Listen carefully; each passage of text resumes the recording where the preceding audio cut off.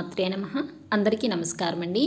ఈరోజు ఈ వీడియోలో 2024 సంవత్సరంలో మార్చి నెలలో సంకటహర చతుర్థి ఎప్పుడు ఏ తేదీన వచ్చింది, చవితి తిథి ఎప్పటి నుంచి ఎప్పటి వరకు ఉంటుంది, చంద్రోదయ సమయం ఎప్పుడు, అలాగే ఈ మాసంలో స్వామివారిని ఏ నామంతో ఏ పీఠంతో కొలుచుకోవాలి, ఇలాంటి అన్ని విషయాల గురించి ఈ వీడియోలో వివరంగా తెలుసుకుందామండి.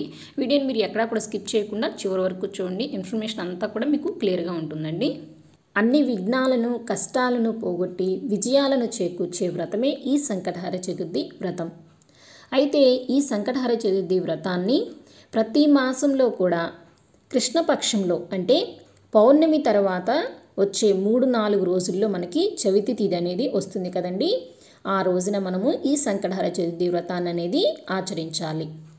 మరి ఇది ఎప్పుడు ప్రారంభించాలి, ఇది ఎన్ని రోజులు ఈ వ్రతాన్ని చేసుకోవాలి అని అంటే, మొట్టమొదటిసారిగా ఈ వ్రతాన్ని చేసుకునేవారు అంటే ప్రారంభించేవాళ్ళు బహుళ చవితి నాడున ఈ వ్రతాన్ని అనేది మనము ప్రారంభించుకోవాలి. మరి ఈ వ్రతాన్ని ఎన్ని రోజులు చేసుకోవాలి అని అంటే 3 నెలలు, 5 నెలలు, 11 నెలలు లేదా 21 నెలల పాటు ఈ వ్రతాన్ని అనేది చేసుకోవచ్చండి.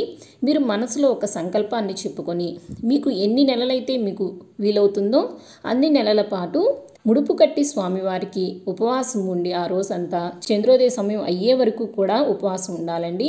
చంద్రోదయ సమయం అయ్యాక స్వామివారు అంటే చంద్రుడికి అర్ఘ్యమిచ్చినాకే మనము ఉపవాసం అనేది విరమించాలన్నమాట. ఈ విధంగా మనం స్వామివారికి సంకల్పం చెప్పుకొని ప్రతి నెల కూడా ఈ విధంగా చేసుకున్నట్లయితే మీరు అనుకున్న కోరిక తప్పకుండా నెరవేరుతుందండి. మరి స్వామివారికి ముడుపు అనేది ప్రతి నెలా కట్టాలా అని మీకు అనుమానం అయితే రావచ్చండి. అలా ఏమీ అవసరం లేదండి.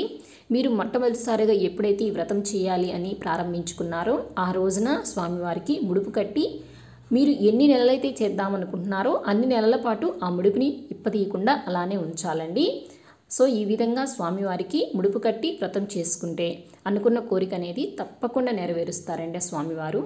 ఇంతటి విశేషమైన ఫలితాలను ఇచ్చే ఈ సంకటహర చతుర్థి వ్రతము 2024 సంవత్సరంలో మార్చి నెలలో ఎప్పుడు వచ్చిందో తెలుసుకుందామండి.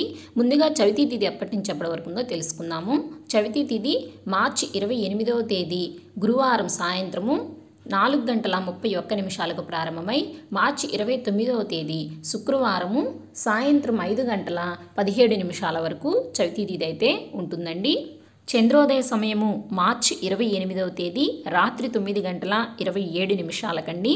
మనం ఏ పండుగనైనా సరే సూర్యోదయంతో ఆ పండుగకు సంబంధించిన తిథి ఉన్నప్పుడు ఆ రోజునే మనము ఆ పండుగను అనేది జరుపుకుంటాం కదండి. కానీ ఈ సంకటహర చతుర్థి వ్రతాన్ని మాత్రము చంద్రోదయ సమయంలో మనకి చవితి తిథి ఉన్నప్పుడే జరుపుకోవాలండి. అలా మనకి చంద్రోదయ సమయంలో చవితి తిథి ఉంది మార్చి 28వ తేదీ గురువారం కాబట్టి ఆ రోజునే మనము సంకటహర చతుర్థి వ్రతాన్ని అనేది జరుపుకోవాలి.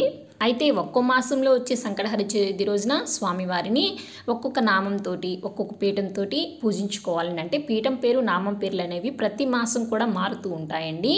అయితే మార్చి నెలలో వచ్చే సంకటహర చతుర్థి రోజున స్వామివారిని బాలచంద్ర మహాగణపతి అనే నామంతో పూజించుకోవాలి. ఆగమ పీఠంతో కొలుచుకోవాలండి. ఇంకా ఈ మాసంలో ఎవరైనా సరే కొత్తగా ఈ వ్రతాన్ని ప్రారంభించాలి అనుకునే వాళ్ళు ప్రారంభించుకోవచ్చండి.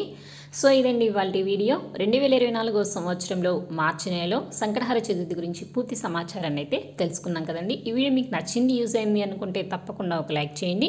మీకు తెలిసిన వారికి షేర్ చేయండి. అలాగే ఇలాంటి మరెంతో భక్తి సమాచారం కోసం మన ఛానల్ సబ్స్క్రైబ్ చేసుకోండి. పక్కనే ఉన్న బెల్ ఐకాన్ కూడా ప్రెస్ చేసుకోండి.